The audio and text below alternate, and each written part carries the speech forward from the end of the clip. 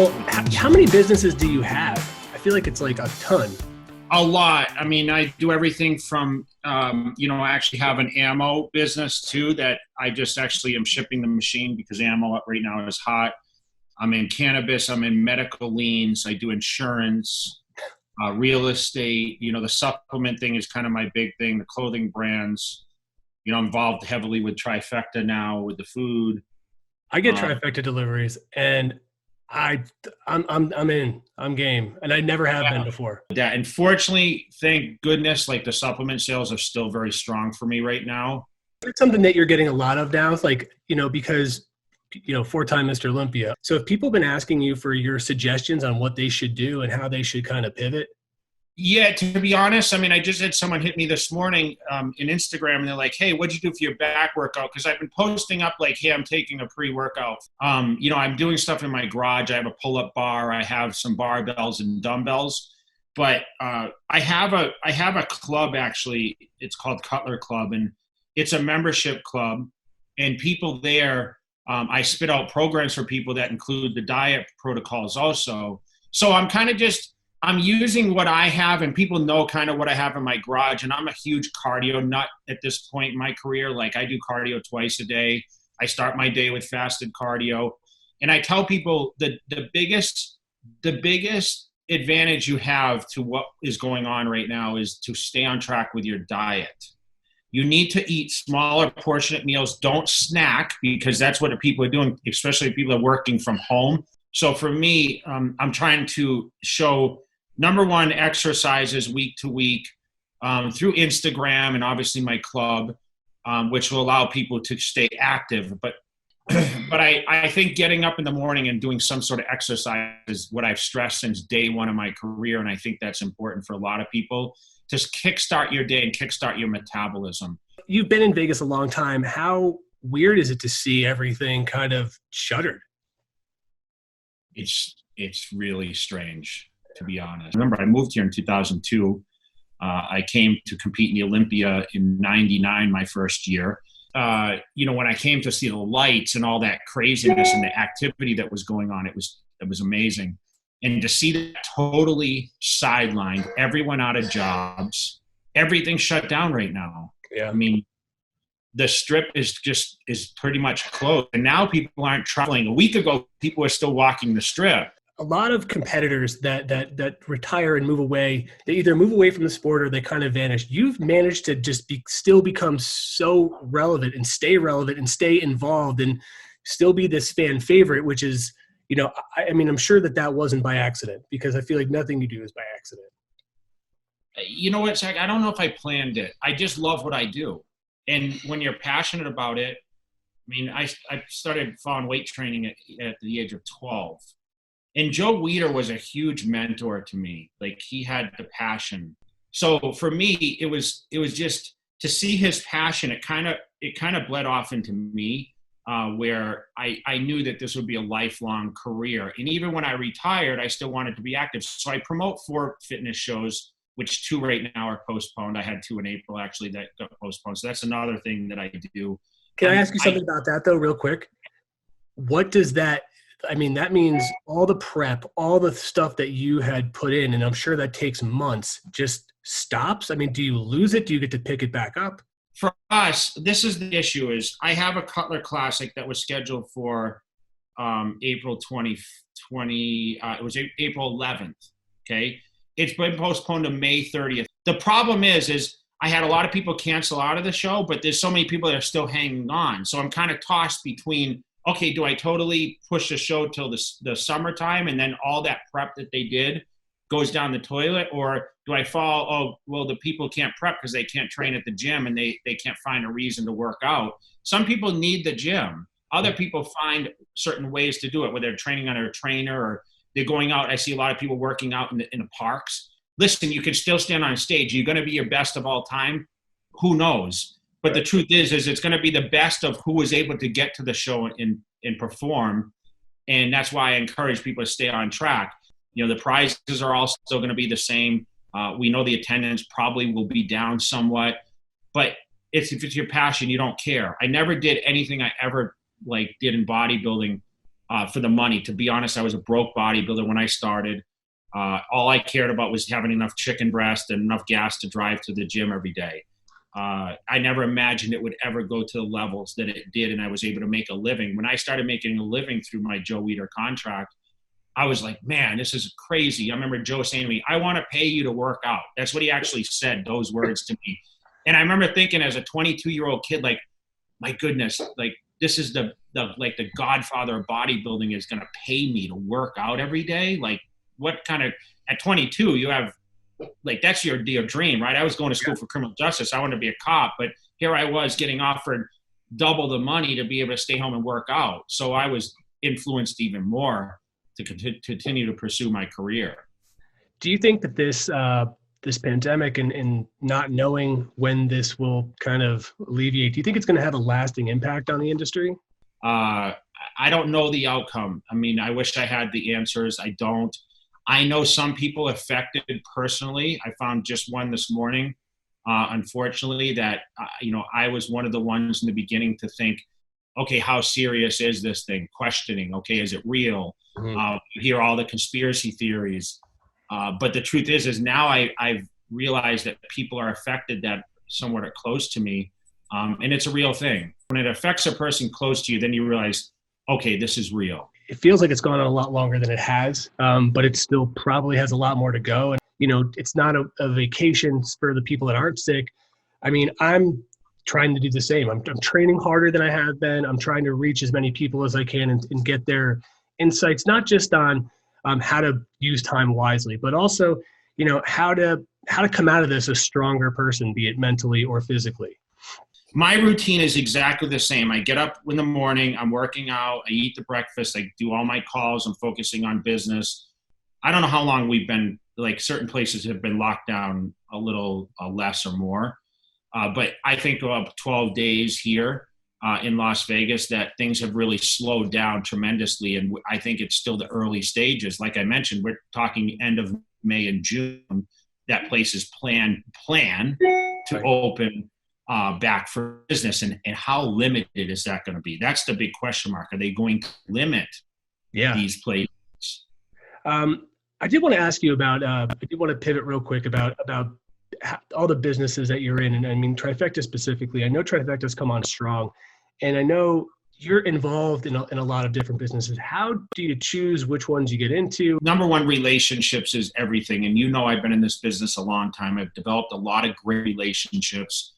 Some of those relationships obviously expired, but I've met a lot of great people, and I have certain things in my arsenal that were important to what I did, right? As far as like the gun stuff, like, that kind of fell in my lap through a friend of mine who got into more of the legal cannabis here in Las Vegas. And that was kind of more of an opportunity. I don't know a whole lot about, the ammo business, but I saw it as one of those things. So I thought that would be kind of a unique business to get into. And obviously that's, led to that. And, the rest is around my fitness. I mean, the food, the supplement, the clothing brands, and, all the other ventures that I worked on, it was all part of my regimen. Like, I work out every day. My diet was crucial. My food preparation is amongst the best of who I competed with. Everyone that followed me knows how strict I was about eating the portionate meals and what kind of foods I ate. In fact, in 2006, when I won the Mr. Olympia, I went to more of an organic diet. And that's the advantage with Trifecta now, with having organic and now meal delivery. I never imagined 10 years ago that food delivery would be so important to people, because we didn't have that opportunity. I can't imagine when I was competing if I had the opportunity to have pre-cooked food actually delivered and prepped. I would cook a meal, I would wash my dishes, do whatever I needed to do for an hour, and then I was back cooking again the next meal. It was 7 times a day. I had such large portions. It would take me almost an hour to eat some of my foods. I was eating almost a pound of meat some meals. Today's society has less time, or wants to commit less time to the preparation. They just want to get the job done, be able to focus on other things. And that's the advantage of it. But when you come into an epidemic like this, and you can't find fruit at the grocery store. How else are you going to get it? Right.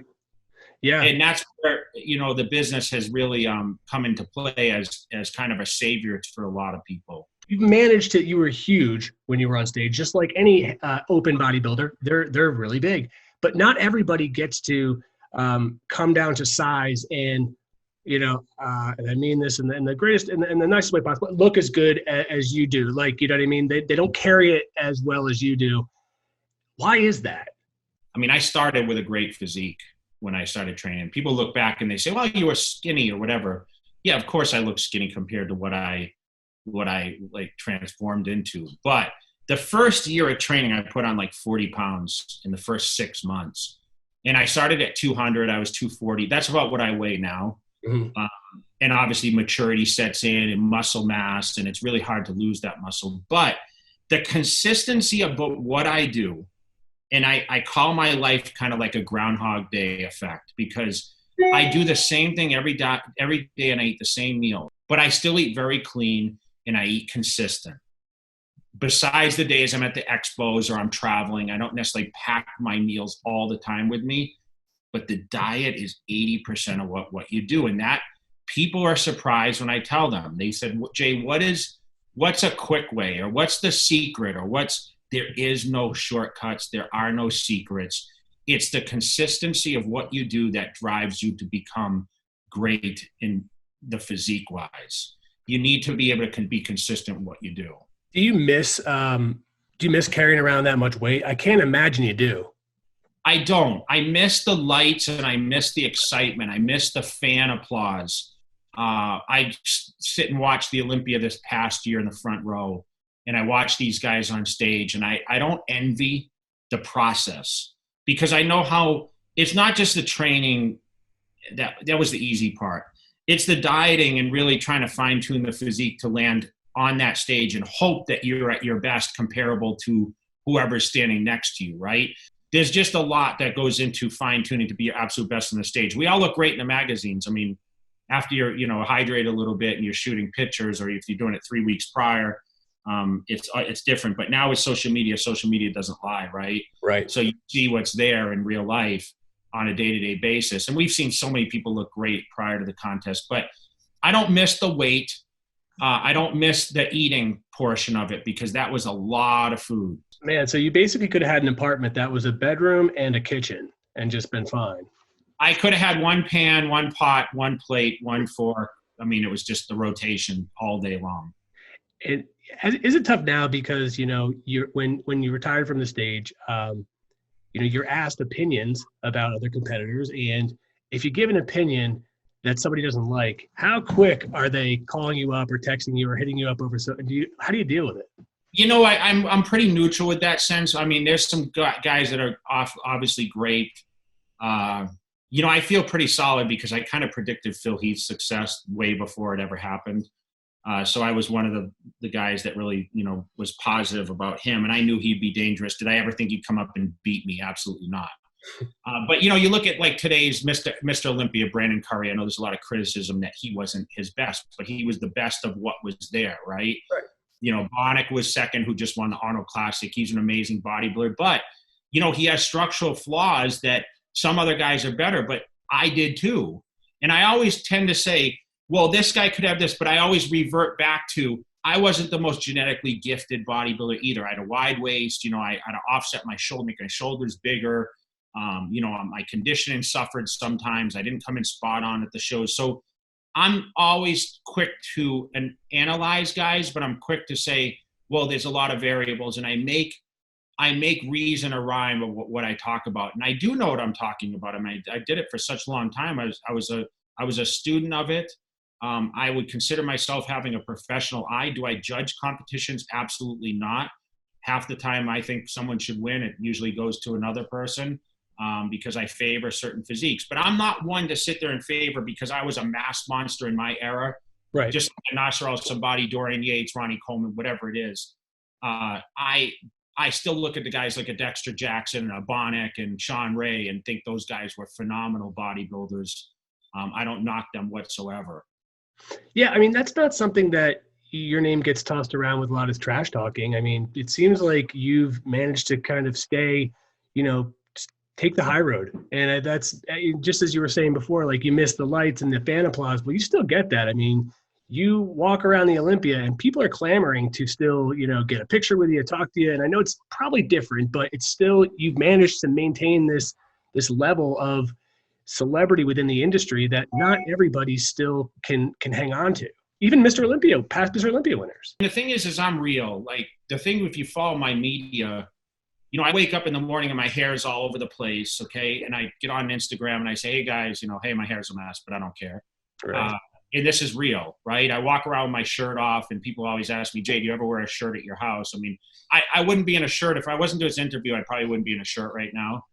So I just have a certain thing about me where I don't really care. And I think that's really what's made me successful, because people can relate. Like, it's real. That's refreshing, and that's also relatable, because a lot of people use social media as the highlight reel of their life where everything's perfect. And to see people that have gained this popularity and show that it's okay that your hair is not done all the time, it attracts me to certain people, and it also allows me to feel like at least I understand where they're coming from and become bigger fans of them. We're doing a little quarantine playlist. What would 2 songs be on your list? I'm a hip hop guy, man. Okay. I listen to hip hop a lot. So I'm still old school. I'm Snoop Dogg and Dr. Dre, like The Chronic, or, Doggy Style, like with Snoop Dogg, that was like when I used to blare that thing. I had a home gym in 96, 97 when I was training. I built this crazy home gym. It was like 2,000 square feet. It was out in the back of my house. And I brought in all the best stuff. I had flex, I had carry, and I had hammer strength. This is when the hammer strength first came out. And I had dumbbells up to 160. And I used to crank up. I had the best sound system in that thing. And I would shake the whole neighborhood into Snoop Dogg. And I would train with my shirt off in there. And that was some of the best memories. That kind of music pumps me up and brings me back to those moments that mean so much to me. And that's before the huge success. If you asked me, what is the best memories of your career? It wasn't when I was winning the Mr. Olympia. It was the climb to the top, and all, landing the Olympia for the first time, landing my first muscle and fitness cover at 22, winning the amateur show, the Tournament of Champions in 95 was like one of my best breakthrough victories ever. Meeting Joe Weider was a huge bucket list thing for me, because I only had seen him and Arnold. I looked at him and Arnold on the same level. That's how crazy that meeting was, going to Joe Weider's house. And it's just amazing. Looking back, and I look in this room of awards here that I have, and the Sandow sit behind me. Yeah, no, I never imagined as a kid, man, I'm ever going to own a Sandow. You don't think those things. Coming from Massachusetts, town of 6,000 people I grew up in. None of my brothers and sisters lifted weights. My parents thought it was crazy when I started. And here I am. Massachusetts too cold for you? No, it wasn't productive back then. My whole family's still there. I go back, I promote 2 events there every year with carrying the Cutler name. And I'm back visiting my family. My dad turns 91 in May, and my mom, it just turned 79. Oh, wow. And I have 3 brothers, 3 sisters. I'm the youngest of 7 kids. How competitive is it between you guys still? Or is it like, okay, Jay has 247 jobs and we have 1. So, my brothers have a successful concrete business. That's how I started with my base. I mentioned that I had a good structure when I started. Mm-hmm. I started hauling concrete forms at 11, and I stopped when I was 18. I went to college for criminal justice, so I stopped working the family business, and then I started working security and golf course, and I was a cook at one point. But they were really abusive towards me, my brothers. They used to beat me up a lot. They would mess with me because I was 12 years younger than them. Yeah. So they would toughen me up a lot. And my sisters kind of raised me because my dad worked a lot. And my parents unfortunately separated when I was about 4. So it was just a different upbringing than a lot of my brothers and sisters, because they were consecutive ages. They're all a year apart. So for me, I was kind of the baby, but I was toughened up quite a bit as a kid, and I was taught, work ethic early. My dad always said, you can't enjoy life, you need to work. And that kind of bled into my bodybuilding mentality. And that's what I think made me great.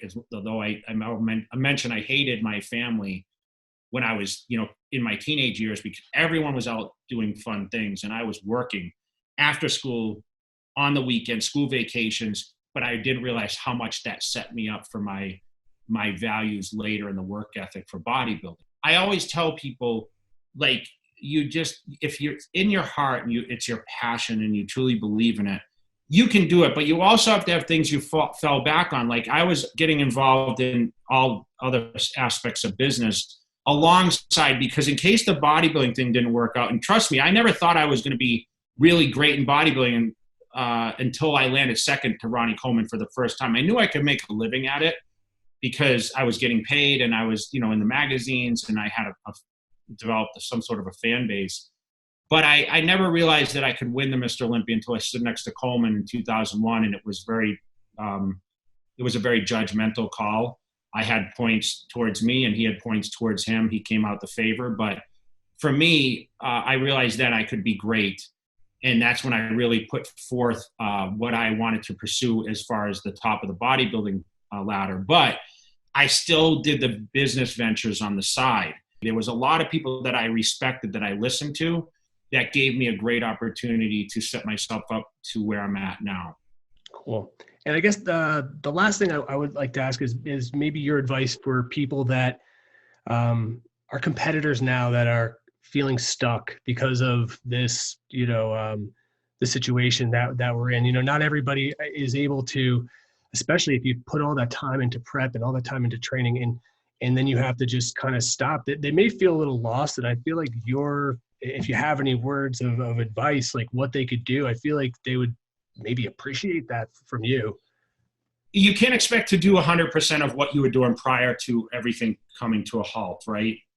But if you can just take 80% of that and still, it all starts with structure and following positivity. I mentioned that, surrounding yourself with positivity. I think there's a little more time, but use that time wisely and use the positivity others that are going to give you that opportunity. But be smart. We don't know how long this is going to be. We don't have a deadline. So set goals every week. And I always use Monday as a reset day.